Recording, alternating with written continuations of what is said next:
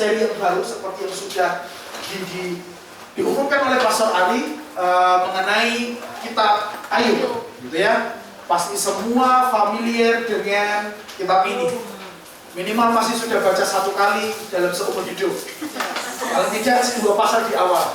Setelah itu diloncati langsung ke Mazmur minimal. Kayaknya begitu ya. Itu tipikal orang Kristen kayaknya. Ini ngomong apa sih ini? Orang kok kayak puisi ngobrol. Nanti kita pelajari. Memang sedikit menarik kitab ini. Oke ya? Jadi kita akan belajar mengenai penderitaan yang tidak semestinya yang dialami oleh Ayub. Kita semua pasti pernah dengar firman Tuhan mengenai Ayub, tapi kita akan pelajari lebih dalam lagi, mungkin lebih spesifik dari pasal pertama sampai kepada pasal yang terakhir sekitar pasal 42. Gitu ya. Nah, hari ini kita mau pelajari dulu yang pertama sebelum kita masuk kepada firman Tuhan, yaitu mengenai bukunya atau kitabnya. Jemaat Tuhan, tema daripada kitab ini sesungguhnya tentang keadilan Tuhan. Tema besarnya dari awal sampai akhir itu sebenarnya ngobrol atau berbicara, membahas secara intinya itu mengenai keadilan Tuhan. Bagaimana Tuhan sesungguhnya memiliki standar tentang keadilannya. Karena manusia berpikir bahwa keadilan itu kalau seimbang sama rata. Menurut Tuhan apakah sama? Nanti kita pelajari. Menariknya di sana. Belum apa-apa sudah seru kan. Nah, penulisan daripada kitab Ayub itu tidak ada yang tahu siapa yang menulis. Ada yang berspekulasi, katanya ada Musa yang menuliskan. Lalu ada beberapa tokoh yang lain. Sesungguhnya tidak ada pemahaman atau ketok palu si Anu yang menulis. Itu. Lalu tanggal penulisannya juga tidak diketahui.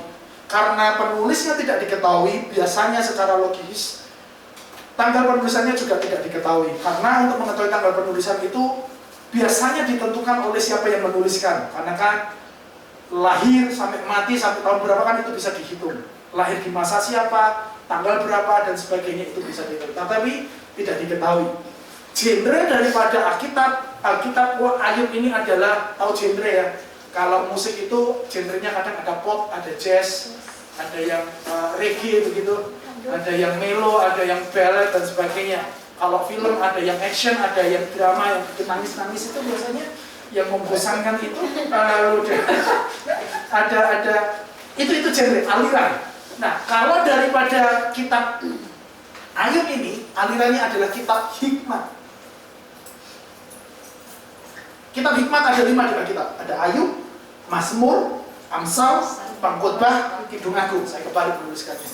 Urutannya begitu. Oke ya? Jadi ada 5 kitab hikmat. 5 kitab hikmat ini sesungguhnya tidak membahas, sekiranya contoh, tidak membahas satu kehidupan seseorang. Seperti Esther, itu membahas kehidupan Esther, gitu ya. Lalu kehidupan Esra dan sebagainya. Kalau hikmat ini sesungguhnya ada sebuah hikmat-hikmat yang bisa kita pelajari dalam kehidupan kita, dalam kehidupan sehari-hari satu dengan yang lain, atau kehidupan kita dengan Tuhan. Pokoknya hikmat lah yang bisa kita ambil daripada kelima kitab ini. Banyak orang salah kaprah Kidung Agung itu untuk ngerayu orang, bukan. Itu sebenarnya ada hikmatnya di sana tentang hubungan suami dengan istri dalam pernikahan. Itu contohnya, ya. Jadi Ayub ini memang sih kehidupan tentang Ayub, tetapi ada banyak hikmat yang sangat kaya di dalamnya. Nanti kita baca satu-satu, saya tunjukkan hikmat yang bisa kita lihat. Tujuan daripada kitab ini sesungguhnya menjawab satu pertanyaan. Jika Allah itu adil dan penuh kasih, mengapa orang benar menderita sedemikian hebat? Wow. Jika Tuhan itu memang adil dan penuh dengan kasih sayang, kok ya Ayub yang benar itu, yang tidak bercacat sesungguhnya, yang dibanggakan oleh Tuhan, kok dia bisa mengalami sebuah penderitaan? Bukankah itu sebuah pertanyaan juga muncul di hati dan kepala kita? Tuhan, aku sudah melakukan A, B, C, dan D, aku taat semua firman-Mu. Kok ya begini tuh Tuhan, jalan hidupku? Enak ya? Nanti kita baca, kita bahas. Oke, kita sudah tahu tentang informasi umum. Sekarang fakta uniknya. Fakta uniknya adalah kitab ini tertua dari seluruh kitab yang lain di dalam Alkitab. Loh Pak, tanggal penulisan tidak diketahui, kok bisa tahu ini tertua? Nah, di situ uniknya. Saking tuanya mungkin tidak tahu siapa yang menuliskannya. Sejujurnya, kalau Alkitab ini diurutkan berdasarkan kapan dituliskan atau kronologikal atau berdasarkan waktu, urutannya itu Kejadian. Lalu yang kedua baru Ayub, yang ketiga baru Keluaran, dan seterusnya. Tetapi urutan kita, kanonisasi dari Alkitab yang kita miliki itu berdasarkan genre. Karena ada urutannya, ada Ayub, ada Mazmur, lalu turun ke Amsal, lalu turun ke... Ayo saya memuji, bukan saya lupa. Ayo apa kira-kira? Ada apa? Ada? Hidup aku. Di buka Alkitabnya, ada bawa Alkitab. Jangan-jangan saya salah dulu. Ayo. Karena kebanyakan HP ya, jadi nggak tahu urutannya gitu, tinggal comot gitu, tinggal ketik. Apa urutannya? Ayo.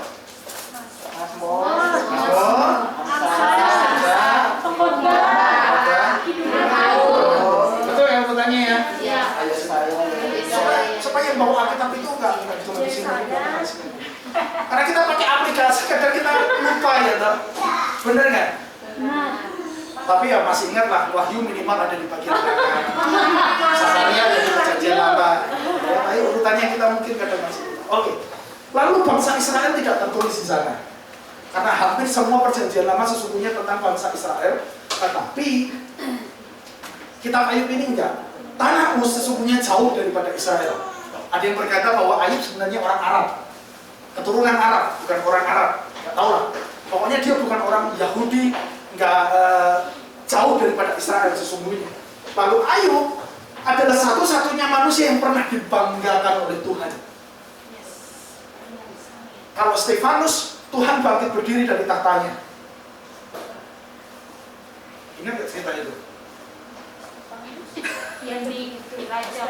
Yang dia mau dirajam. Aku melihat Allah apa itu? Berdiri kah bahasanya? Lalu, tapi kalau Ayub itu nantilah kita baca. Tahu nggak Ayub? Kenal nggak siapa Ayub ini? Bangga banget Tuhan. Lalu fakta unik yang terakhir adalah penderitaan adalah titik terendah dalam hidup Ayub. Ayub orang hebat, tetapi akhirnya dia mengalami sebuah penderitaan. Segala sesuatunya hilang, kecuali istrinya. Nah, nanti ada satu juga hikmat di sana supaya menjadi istri yang lebih baik ketimbang istrinya Ayub. Nah, ada dua wanita yang menurut saya yang perlu kita hindari, istrinya Lot dan juga istrinya Ayub. Ya, nanti kita baca ya. Sudah baca di rumah kan? Pasal 1 di rumah, betul sudah? Sudah angkat tangan? Sudah. Wah, jemaat yang baik semuanya.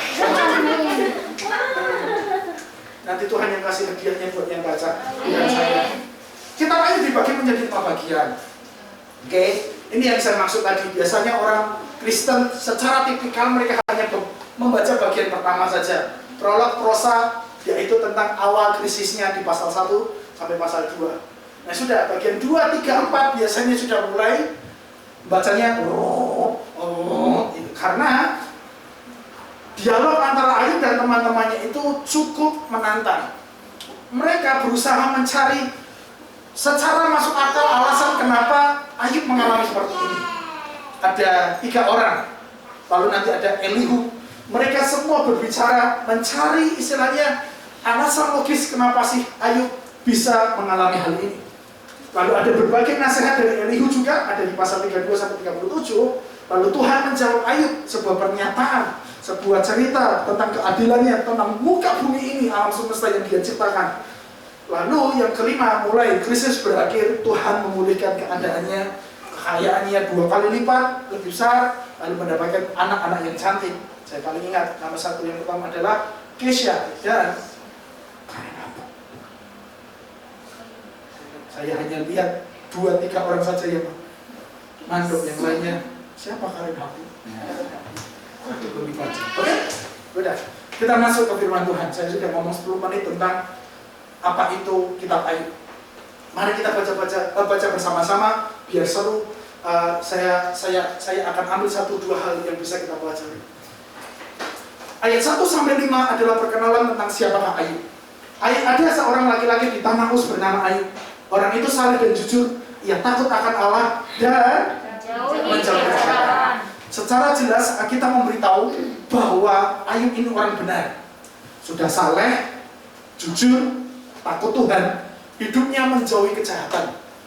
Ini adalah laki-laki yang harus menjadi persyaratan mutlak untuk menjadi seorang suami. Amin. Ya, satu suara yang saya sudah mancing dekat untuk. Kalau besok tidak ada, tindakan yang tinggi buat kamu. Oke, kamu harus saleh, kamu harus jujur, takut Tuhan dan jauhi kejahatan. Kalau enggak, kirim ke Hongkong biar kita pertukarkan. Oke. Ini malu-malu mau amin sebenarnya, hatinya di amin sih. Oke, ada seorang laki-laki, bener loh, laki-laki loh, di tanah Uz bernama, tinggal diganti saja, di tanah apa? Tanah Alor bernama gitu ya. Orang itu saleh dan jujur, ia takut Allah dan menjauhi kejahatan. Artinya Ayub tahu, kita tahu persis bahwa Ayub orang benar. Ia mendapat 7 anak laki-laki dan 3 anak perempuan. Ya ini yang tidak diaminkan seringkali. Urusan 10 tidak, oke? Ia memiliki 7.000 ekor kambing domba, 3.000 ekor unta, 500 pasang lembu, 500 keledai betina. Ya boset toh ya. Kalau kekayaan itu amin. Kalau selalu jadi orang benar, aminnya telat. Ia memiliki 7.000 ekor kambing domba, 3.000 ekor unta, 500 pasang lembu, 500 keledai betina, dan budak-budak dalam jumlah yang sangat besar. Sehingga orang itu adalah orang yang terkaya dari semua orang di sebelah timur. Amin. Kita tahu persis bahwa Ayub adalah orang benar dan Ayub adalah orang yang diberkati oleh Tuhan. Amin. Semua orang senang dan mengklaim pasti di stabilo kuning tebal-tebal hampir sore. Bagian itu. Saya sudah yakin itu. Saya sudah yakin itu. Apalagi yang frasa terakhir. Sehingga orang itu orang yang terkaya dari semua orang di sebelah timur. Aku mau menjadi orang yang terkaya dari keturunan A. Aku mau dari itu pasti. Tetapi nggak suka ayat berikutnya dan pasal-pasal berikutnya. Ayat yang keempat dikatakan seperti ini. Oke? Anak-anaknya yang lelaki biasa mengadakan pesta di rumah mereka masing-masing menurut giliran, dan ketika saudara perempuan itu mereka diundang untuk makan dan minum bersama-sama mereka. Ayub orang benar, tetapi sayang sekali keturunannya tidak begitu benar. Setelah keturunannya tidak begitu benar, mereka memiliki sebuah kebiasaan yang tidak baik. Dan ini yang diresponi oleh Ayub. Setiap kali, perhatikan ayat ini jelas, sangat detail. Setiap kali koma, apabila hari-hari pesta telah berlalu, Ayub memanggil mereka dan menguduskan mereka. Keesokan harinya, pagi-pagi bangunlah Ayub, lalu mempersembahkan korban bakaran sebanyak jumlah mereka sekalian. Sebab pikirnya, mungkin anak-anakku sudah berbuat dosa dan telah mengutuki Allah di dalam hati. Demikianlah dilakukan Ayub senantiasa. Saya berhenti di sana, ada sesuatu yang muncul di hati saya sejak kemarin saya berhenti. Ibu-ibu, siapa di sini ibu-ibu angkat tangan? Kapan terakhir Anda mendoakan anakmu diberkati? Angkat tangan. Tadi pagi. Oke. Kapan Anda mendoakan terakhir supaya punya mantu yang banteng, mantu yang takut Tuhan? Angkat tangan. Tetapi kapan terakhir kamu berdoa buat dosa yang sudah dilakukan? Tidak semua orang tua mau bertanggung jawab atas kehidupan rohani anaknya. Tetapi Ayub memberikan teladan buat kita. Orang tua mau seperti apapun anakmu, bahkan sudah punya cucu sekalipun, kita bertanggung jawab atas kehidupan rohani mereka.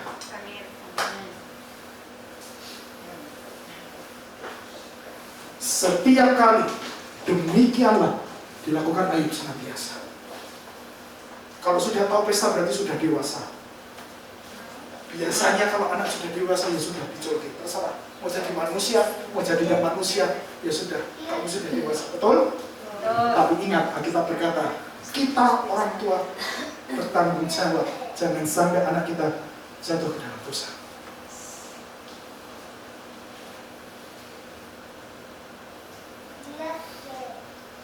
Yang belum menikah, yang tadi baru saja amin, camkan ini baik-baik. Yang hampir menikah, camkan ayat ini baik-baik. Demikianlah dilakukan seorang ayah senantiasa bertanggung jawab atas kerohanian keturunannya. Anakmu sekiranya tidak begitu kaya, pastikan dia benar di hadapan Tuhan.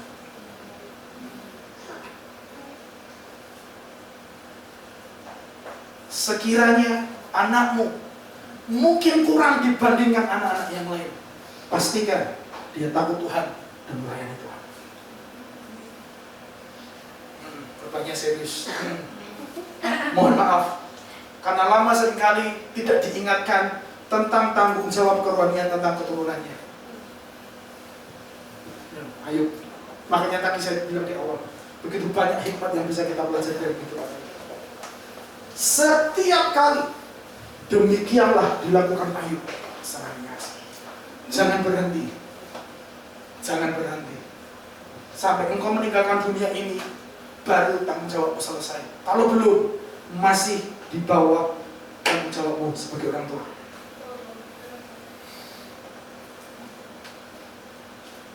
Kenapa saya mengatakan ini juga menjadi tanggung jawab saya?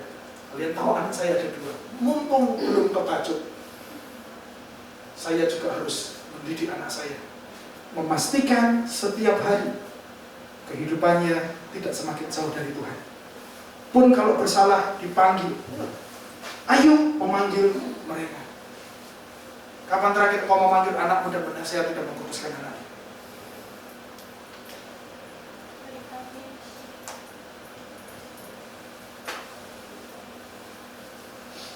Udah jam 2.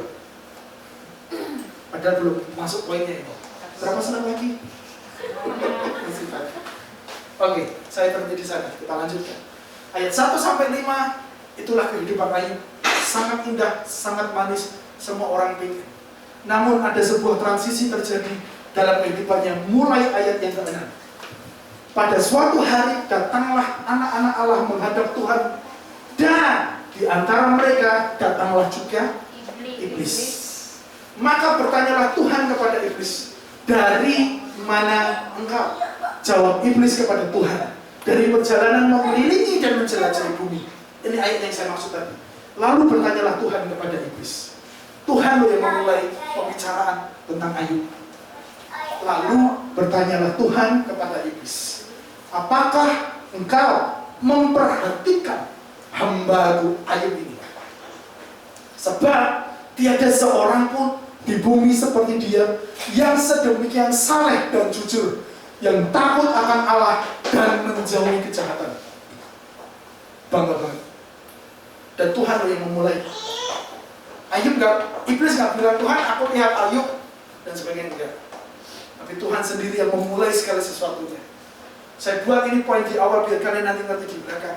Sejak awal Tuhan yang memulai tentang peristiwa ini semua. Sebab tiada seorang pun di bumi seperti dia yang sedemikian saleh dan jujur, yang takut akan Allah dan menjauhi kejahatan. Lanjut 9 ini. Lalu jawab iblis kepada Tuhan, apakah dengan tidak mendapat apa-apa Ayub akan takut Allah? Iblis ragu. Tuhan, dia takut Allah karena berkat yang kau beri. Ini katanya, bukankah engkau yang membuat pagar sekeliling dia dan rumahnya serta segala yang dimilikinya? Apa yang dikerjakannya telah kau berkati, dan apa yang dimilikinya makin bertambah di negeri itu. Berhenti di Susah. Terpaksa sengaja saya mau memecahnya. Iblis tahu kalau sumber berkat itu datangnya dari Tuhan. Amin. Iblis tahu penjagaan dalam hidupmu itu datangnya dari Tuhan. Maka jangan cari di tempat lain. Iblis pun bersaksi, Tuhan yang memberkati, Tuhan yang melindungi, Tuhan yang membuat segala sesuatunya makin bertambah. Makanya ikut Tuhan jangan setengah-setengah, yang serius, sing tenanan kalau kata orang Jawa. Karena iblis pun tahu bahwa sesungguhnya berkat datangnya dari Tuhan, bukan dari saya, bukan dari dirinya. Jemaat Tuhan, Cariwan, tak kasih tahu ini. Ini nggak ada di catatan Alkitab. Nggak tahu, ini pengen saya bagikan kepada kalian. Iblis pun tahu kalau yang punya berkat itu Tuhan, jangan cari tempat yang lain. Makanya datang kepada Tuhan itu sungguh-sungguh. Ikut Tuhan itu yang sungguh-sungguh, jangan setengah-setengah. Karena iblis pun tahu bahwa yang membuat Ayub memiliki keagungan seperti itu karena datangnya dari Tuhan. Apakah dengan tidak mendapat apa-apa Ayub akan takut akan Allah? Iblis ragu, meragukan kebanggaan Tuhan. Mungkin dia seperti itu benar karena berkat yang kau kasih. Itu tadi kita baca 11-12. Tetapi ulurkanlah tanganmu dan jamalah segala yang dipunyainya. Ia pasti mengutuki engkau di hadapanmu.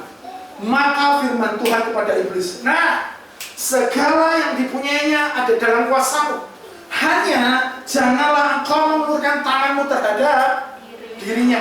Kemudian pergilah iblis dari hadapan Tuhan. Iblis minta izin. Tuhan, Bapa di surga, ulurkanlah tanganmu, tariklah tanganmu, dan jamalah, ulurkanlah tanganmu dan jamalah segala yang dipunyainya. Ia pasti mengutuki engkau di hadapanmu. Maka firman Tuhan kepada iblis, nah, segala yang dipunyainya ada dalam kuasamu, hanya janganlah engkau mengulurkan tanganmu terhadap dirinya. Lalu iblis memiliki sebuah apa bahasanya? Wewenang, otoritas untuk melakukan sesuatu dalam kehidupan Ayub. Sekiranya kalau dia menderita, maka dia pasti membutuhkan Tuhan. Itu konsep yang dimiliki oleh iblis. Oke? Saya tidak perlu baca ya semuanya ya. Lalu di ayat berikutnya, hartanya habis, anak-anaknya mati seketika itu juga. Dia diserang oleh bangsa lain sehingga ontanya, apalagi semua piaranya hilang, habis, tidak ada tersisa. Kesehatannya pun menurun, merosot. Bahkan istrinya satu-satunya yang mungkin paling cantik bagi dia, yang ada di sebelahnya, pun mengatakan seperti ini. Ayat 9, pasal 2. Next. Maka berkatalah istrinya kepadanya, masih bertekunkah engkau dalam kesalahanmu? Kutukilah Allahmu dan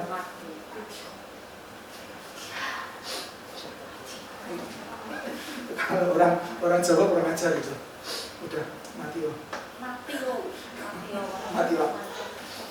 Gimana coba? Kalau sekiranya suamimu mengalami hal yang dialami oleh Ayub, jaga perkataanmu. Hai para ibu-ibu dan calon ibu dan calon istri. Oke? Kalau sekiranya nanti tidak ada penghasilan, tidak ada yang tersisa, jaga ini. Mending tutup mulut. Boleh ngedumel di hati, mending tutup mulut. Karena sesungguhnya engkau tidak tahu apa yang Tuhan sedang kerjakan mungkin dalam keluargamu. Jangan sampai engkau gagal melihat apa yang Tuhan sedang kerjakan dalam keluargamu. Istri Ayub gagal melihat keadilan Tuhan. Istri saya tutup mulutnya kalau melihat apa yang dialami oleh Ayub dalam hidup kita nanti di kemudian hari. Loh sungguh, dan gimana sih? Kalau istri saya ada di sana duduk mendengarkan dengan baik loh, sambil mencatat dia hatinya. Masih bertekunkah engkau dalam kesalahanmu? Kutukilah Allahmu dan matilah. Meskipun istrinya gagal melihat apa yang sedang Tuhan kerjakan, tetapi Ayub tidak gagal. Karena ini yang dilakukan oleh Ayub.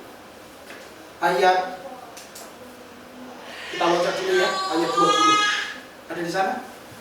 Maka berdirilah Ayub lalu memoyak jubahnya dan mencukur kepalanya. Kemudian sujulah ia dan menyembah, katanya, Dengan telanjang aku keluar dari kandungan ibuku. Dengan telanjang juga aku akan kembali kepadanya. Tuhan yang memberi, Tuhan yang mengambil. Terpujilah nama Tuhan. Dalam kesemuanya itu, Ayub tidak berbuat dosa dan tidak menuduh Allah berbuat yang kurang. Respon ini benar. Respon inilah yang harus kita contoh. Ketika istrinya gagal melihat apa yang Tuhan sedang kerjakan, Ayub tidak gagal. Dia meresponi dengan benar. Dalam kesemuanya itu, Ayub tidak berbuat dosa dan menuduh Allah berbuat yang kurang patut. Jemaat Tuhan, tema untuk kita minggu ini adalah mengapa orang benar menderita. Dan sudah ngomong hampir setengah jam, baru dimulai judulnya. Luar biasa. Mengapa orang benar menderita? Siapa di sini yang pernah lihat orang benar menderita? Saya pernah melihat seorang ibu yang sangat benar hidupnya, matinya sungguh mengenaskan, sungguh. Dari remaja dia itu guru sekolah minggu.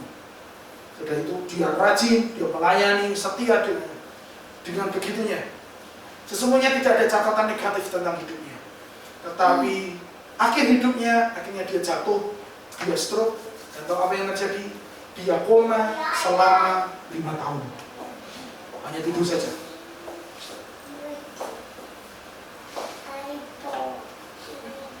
Bayangkan. Dia melakukan hal yang baik, dia benar, setia sejak kanak-kanak. Cuman karena kepleset, jatuh di kamar mandi. Dia koma selama 5 tahun. Orang benar, mengapa orang benar menderita? Itu jugalah yang dialami oleh Ayub. Ini adalah sebuah pertanyaan yang sekiranya selalu menjadi perbincangan oleh Ayub bersama dengan teman-temannya yang 4 datang itu. Mengapa sih kamu menderita sampai sekarang dan sebagainya? Tetapi menariknya kalau kita baca dari awal sampai akhir kitab ini tulisan saya. Tuhan sesungguhnya tidak memberikan Ayub jawaban, tetapi Tuhan menghilangkan pertanyaan yang ada di kepalanya atau apa yang mereka perbincangkan. Jadi artinya kitab Ayub itu bukan tentang jawaban Tuhan sesungguhnya, tetapi tentang mempercayai Tuhan. Buku ini tidak tentang jawaban Tuhan, tetapi tentang mempercayai Tuhan. Sesungguhnya bukan tentang sebuah pertanyaan yang harus dijawab dan harus ketemu jawabannya. Di hidup ini tidak selalu Tuhan akan memberikan jawaban atas semua pertanyaan. Tuhan, kenapa saya cerai? Maaf, kalau itu mungkin muncul ke kepala kalian. Tuhan, kenapa anakku meninggalkan Tuhan? Padahal aku sungguh-sungguh memberikan hidupku kepada Tuhan. Seringkali, mohon maaf, Tuhan tidak memberi jawaban. Karena kalaupun Tuhan memberikan jawaban, terkadang kita tidak terima dan kita tidak nyampe. Makanya, ini yang kita belajar dari ini. Bukan tentang menemukan sebuah pertanyaan paling sulit yang bisa dijawab manusia, tetapi tentang bagaimana engkau mempercayai Tuhan. Mungkin engkau berpikir, Tuhan, kenapa saya lahir dari keluarga seperti ini? Kalaupun bisa memilih, ya mungkin kita pergi ke keluarga yang lain gitu ya. Lahirnya jadi keturunan Jokowi gitu ya. Enak itu semuanya. Buka bisnis langsung besar. Pernikahan yang datang semua pejabat. Tapi tidak semua pertanyaan yang muncul di hati dan pikiran kita perlu dijawab Tuhan. Karena sesungguhnya itu soal hati kita, bagaimana kita percaya kepada Tuhan setiap harinya. Jemaat Tuhan, saya mau memberitahu seperti ini. Secara umum, hal ini benar, bahwa orang benar makmur dan orang fasik menderita. Tetapi tidak selalu. Orang benar bisa menderita, orang fasik bisa sekali makmur. Jadi jangan terlalu mendogma, jangan terlalu dirohani-rohanikan. Tuhan, aku kan orang benar, aku layak makmur, kenapa aku menderita? Jangan. Karena kedaulatan dan keadilan Tuhan tidak bisa dibuat dengan sebuah formula yang sederhana. Orang benar makmur, orang fasik menderita. Setelah zaman Ayub masuk ke zaman Daud, kita sudah pernah baca film Mazmur ini bersama-sama kok. Masih ingat? Mazmur pasal berapa? 37 atau 47 ya. Aku hampir tergelincir. Aku melihat orang fasik besar-besar perutnya, seperti tidak ada apa-apa. Saya buat itu supaya kalian ingat. Orang fasik semakin besar. Tapi ini bukan perut orang fasik ya. Mohon maaf, ini perut orang benar juga bisa pun. Itu tadi loh, tidak selalu. Perut orang benar tipis itu belum tidak selalu. Oke, saya ulangi. Aku tergelincir, aku hampir tergelincir melihat orang fasik besar-besar perutnya, seperti tidak ada apa-apa. Banyak orang semakin datang kepada mereka dan mendengar bualan-bualan mereka. Masih ingat lah ya, kita pernah bahas itu, kita pernah curhat sedikit ya Roh waktu itu. Karena memang tidak selalu orang fasik itu menderita, dan tidak selalu orang benar itu selalu makmur. Ada kalanya Tuhan akan izinkan sesuatu terjadi. Covid ini adalah kehendak Tuhan dan keadilan Tuhan. Covid bukan hanya untuk mereka yang fasik, enggak. Kita semua kena dampaknya, benar? Orang benar kena dampaknya, orang fasik pun kena dampaknya. Tetapi outcome dari itu yang membuat berbeda. Tetapi yang kita rasakan itu semua sama. Masker ini kan tidak cuma untuk mereka yang fasik saja, umpamanya yang menyembah kiblat mana, begitu kan enggak. Kita yang nggak pakai kiblat pun kita pakai masker kan hari ini. Itulah keadilan dan kedaulatan Tuhan, jemaat Tuhan. Jadi ketika engkau mengalami sesuatu dalam hidupmu, bukan tentang menjawab sebuah pertanyaan, tetapi meresponinya dengan benar. Kalau kalian tahu meresponi dengan benar, maka kalian akan keluar menjadi lebih baik, dan rencana dan keadilan Tuhan terjadi dalam hidupmu. Amin. Itu yang dialami oleh Ayub. Jadi dia meresponi dengan benar, dengan imannya. Tadi dikatakan di ayat 22, dalam kesemuanya itu Ayub tidak berbuat dosa dan tidak menuduh Allah berbuat yang kurang patut. Setelah dia melakukan segala sesuatu yang baik ini, meresponi dengan imannya, dia dipulihkan oleh Tuhan. Kita akan belajar bagaimana meresponi dengan benar imannya Ayub. Lanjut dulu. Ayub meresponi penderitaan itu dengan imannya. Iman Ayub adalah dalam kesemuanya itu Ayub tidak berbuat dosa dan tidak menuduh Allah berbuat yang kurang patut. Hari ini kita belajar 6 hikmat mengenai imannya Ayub. Ada 6 hikmat mengenai iman yang dimiliki Ayub. Oke, 2:15 padahal poinnya ada 6, berarti kita akan selesai sekitar jam 4 sore. Amin. Ya, tapi saya sudah mendengar jepitan perut kalian, jadi kita baca. Poin yang pertama, hikmat yang pertama, memilih iman tidak akan menghilangkan penderitaan. Mohon maaf. Itu yang dialami oleh Ayub. Meskipun penderitaannya sangat kuat, tetapi dia meresponi dengan iman, tidak berbuat dosa, dia tidak menuduh Allah, penderitaannya tidak langsung hilang. Iman dan penderitaannya berjalan berdampingan, tidak langsung hilang. Malahan seringkali penderitaan itu yang diawali dengan iman, yang didampingi dengan iman, malah itu menjadi sebuah mungkin awal dari penderitaan. Masih ada kurun waktu untuk beberapa lama. Jadi jemaat Tuhan, sekiranya engkau memilih iman tapi rasa sakitnya belum hilang, jangan rontohkan imanmu, tetap pegang imanmu. Itu yang dialami oleh Ayub. Penderitaannya nggak langsung hilang, cukup lama. Malahan didatangi teman-temannya yang semakin mungkin merontokkan logikanya. Nanti kita bahas tadi. Tetapi memilih iman tidak langsung menghilangkan penderitaan. Tuhan mengizinkan kita akan berjalan berdampingan dengan rasa sakit itu. Jadi jangan pernah rontohkan imanmu. Poin yang kedua, memilih iman tidak membuat penderitaan menjadi masuk akal. Mungkin engkau bertanya-tanya, Tuhan kenapa penyakit ini terjadi? Mungkin kajian pernah bertanya, Tuhan kenapa kanker usus ini terjadi?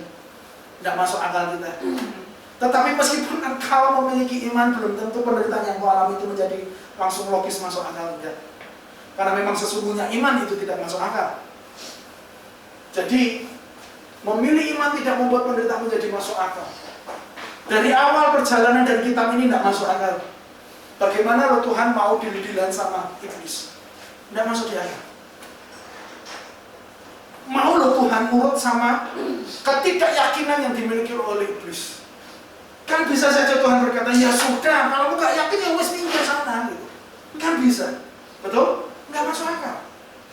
Tetapi ketika kita memilih iman tidak langsung membuat, oh ternyata begini yang masuk akalku sekarang. Nggak langsung, nggak selalu. Poin yang ketiga, memilih iman tidak menghentikan sebuah pertanyaan. Setelah iman yang dia lakukan di pasal 1 dan di pasal 2, jadi di pasal 2 dia masih melakukan hal yang sama setelah istrinya berkata, kutukilah Tuhan dan matilah. Dia masih berkata, dalam kesemuanya Ayub tidak berbuat dosa. Jadi iman dilakukan di pasal 1 dan pasal 2. Tetapi ada pasal 3 sampai kepada pasal yang ke-35 dan sisanya, itu sebuah pertanyaan yang belum bisa dijawab dan didiskusikan dengan teman-temannya. Jadi ketika engkau memilih iman dan masih ada pikiran penuh dengan pertanyaan, itu bukan berarti imanmu kurang besar, bukan.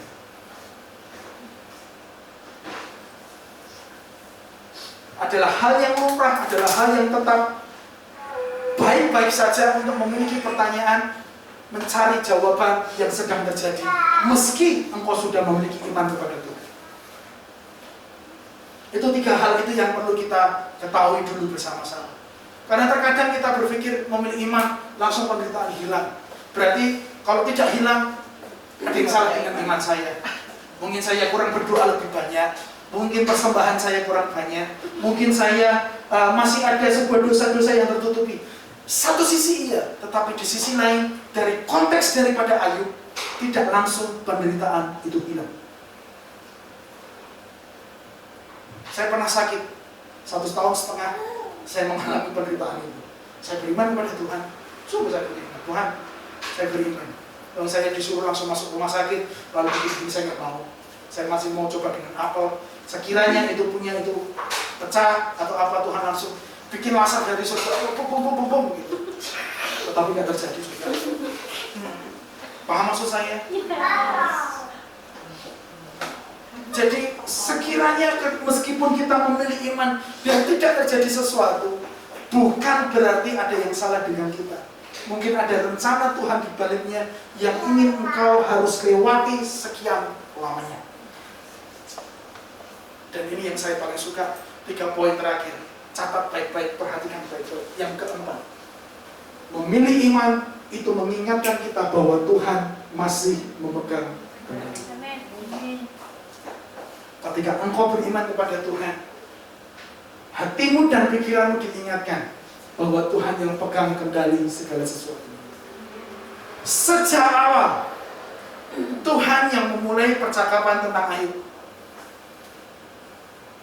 Dan Tuhan memberikan izin. Artinya Tuhan tahu persis bahwa Ayub mampu menanggungnya. Dan dia yang memegang kendali segala sesuatu.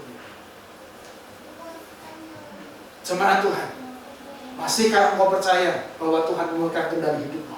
Amin. Yakin? Yakin. Yakin. Yakinkan terus hatimu, yakinkan terus pikiranmu bahwa dia masih pegang kendali.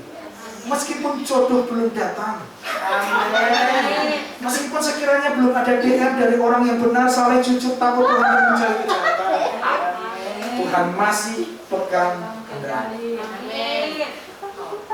Sekiranya anakmu masih susah dihubungi, tidak datang-datang, nggak nyari boknya, tidak nyari bapaknya, Tuhan masih pegang kendali.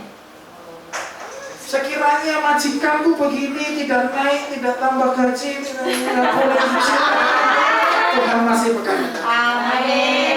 Majikanku nggak kasih libur hari Minggu, ngasihnya hari Senin yang saya nggak butuh itu, tapi Tuhan masih pegang kendali. Jemaat Tuhan, Tuhan yang pegang kendali dalam hidup. Jangan bandingkan berkatmu dengan orang. Tuhan yang memegang kendali. Dia tahu kapan memberi, dia tahu kapan mengambil. Dia tahu kapan memberikan jawaban doa seperti doamu. Dia tahu juga kapan memberikan jawaban doa lebih baik daripada doamu.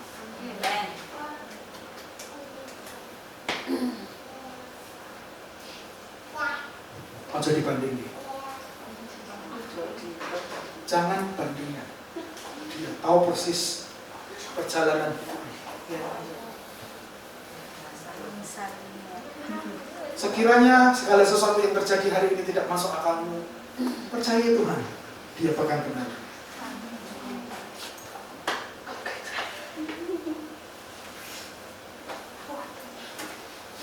Ketika Dia memberkati, Dia pasti tidak akan salah memberikannya.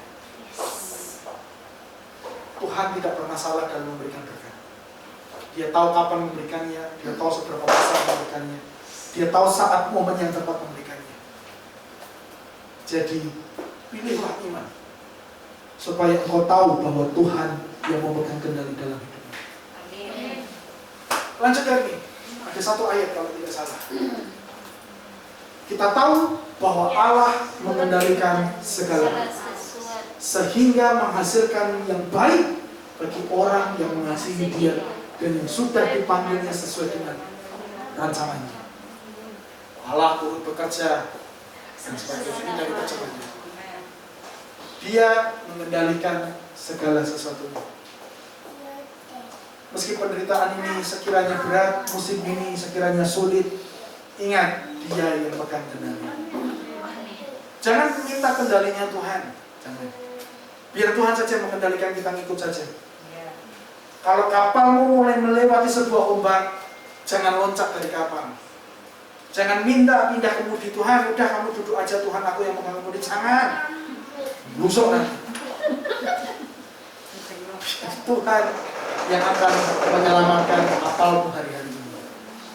Karena Dia pegang kemudi. Lanjut, Eri. Oh, saya suka yang kelima. Memilih iman adalah penyembahan kita kepada Tuhan. Itu yang dilakukan oleh Ayub. Mudah menyanyikan Tuhan Yesus baik habis menerima kontrak baru. Tetapi menyanyikan Tuhan Yesus baik habis diterminit itu tak mudah. Benar gak ya?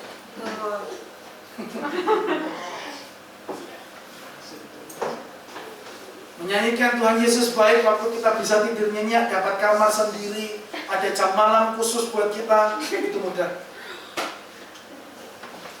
Tapi nggak tidur buat beberapa orang di rumah majikan dan berkata Tuhan Yesus baik, itu butuh iman. Saya setuju. Saya pernah mengalaminya. Saya tidur di ranjang, saya nggak bisa berdoa. Apa yang berdoa? Sakitnya luar biasa seperti ini. Butuh sebuah iman untuk bisa Tuhan Yesus baik.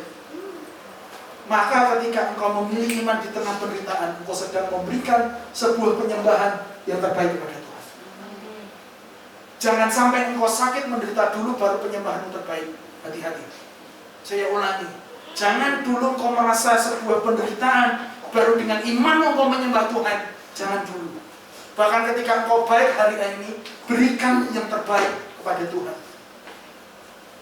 Itu yang muncul di doa tadi malam, betul ya?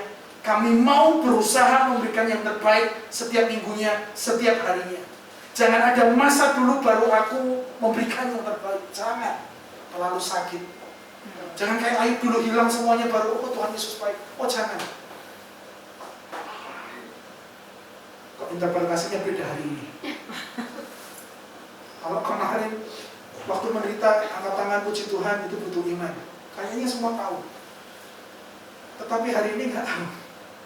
Jangan memberikan yang terbaik dulu waktu tidak bisa melakukannya. Ketika bisa melakukannya, berikan yang terbaik. Itu bagian dari penyembahan kepada Tuhan. Ayat dari Mazmur Daud. Aku akan memuji Tuhan apapun yang terjadi. Tidur nggak tidur, aku mau menyembah Tuhan. Ampun Ibu, jadi contoh. Gajian gak gajian, aku mau tetap memuji Tuhan. Ya. Putus nyambung, aku mau tetap puji Tuhan.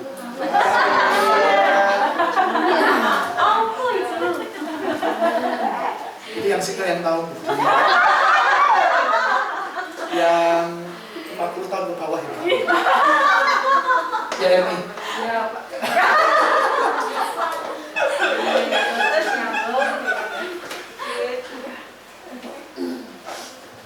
Karena sifat Allah tidak ditentukan oleh keadaan kita. Mau Tuhan baik, mau hari kita baik maupun hari buruk kita, Tuhan itu tetap ya Tuhan yang baik, yang penuh kasih, yang adil. Jadi tidak boleh ditentukan penyembahanmu berdasarkan hari baik atau hari yang kurang baik. Mungkin kesiangan, lalu kita kemerungsung, mecahin piring, nenek marah-marah, lalu kita berkata, Tuhan, kok kurang baik hari ini? Bukan, harimu saja yang kurang baik, Tuhan yang masih baik. Tidurmu yang kelamaan, bukan Tuhan.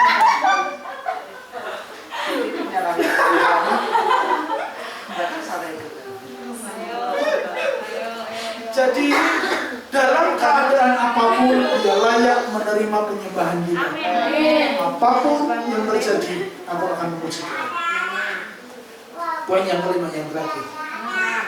Oh, karena kita saya memilih iman akan membuat kita lebih dekat kepada Tuhan. Ada, saya janjinya cuma 6, gak banyak-banyak. Ini yang terakhir, pas karena 3. Saya harus selesai. Biarlah penderitaan, ujian yang diizinkan oleh Tuhan dalam hidup kita itu membuat kita semakin dekat kepada Tuhan.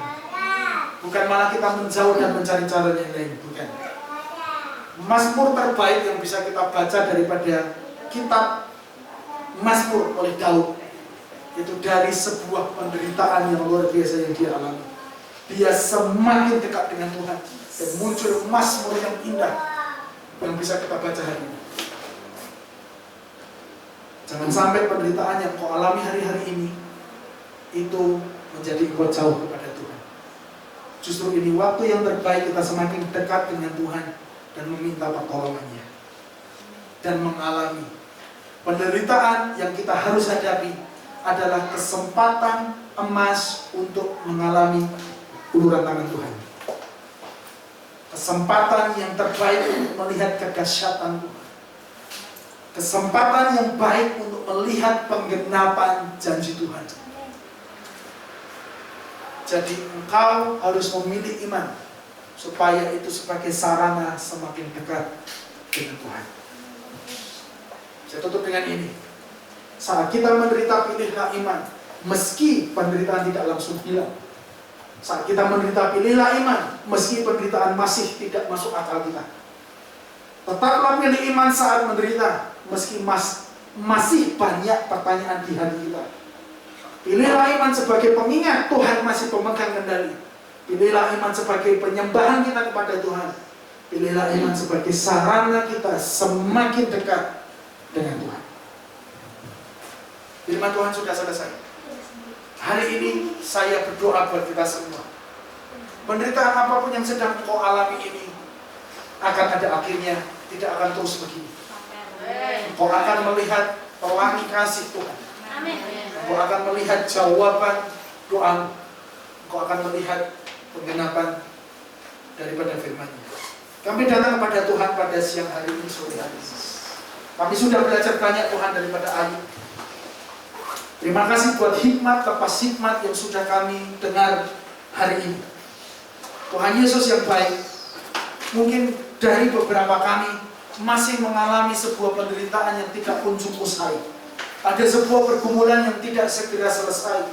Ada sebuah pergumulan yang masih kami harus kerjakan, harus kami lakukan hari-hari ini. Tapi biarlah kami tetap memilih iman dalam kehidupan kami. Iman kami tidak akan pernah luntur dan goyah sedikit pun. Kami akan tetap mengandalkan Tuhan, mempercayai Tuhan memegang kendali segala sesuatunya. Percaya kepada Tuhan yang sanggup mengadakan yang tidak ada menjadi ada, yang sulit, yang rumit menjadi sederhana dan selesai dalam nama Yesus. Engkau Tuhan yang sanggup membukakan pintu yang tertutup. Engkau Tuhan yang sanggup mengangkat kami pada waktunya. Tuhan, kami mau meresponi yang tidak menarik hari-hari ini dengan iman kami. Kami mau meresponi yang berat hari-hari ini dengan iman kami. Tolong kami semua Tuhan, saling bergandengan tangan. Bukan berusaha untuk mencari jawaban atas pertanyaan yang ada di kepala kami. tapi kami mau belajar mempercayai Tuhan bersama-sama. Terima kasih ya Tuhan buat firman-Mu. Berkati kami semua dalam nama Yesus. Haleluya. Amin.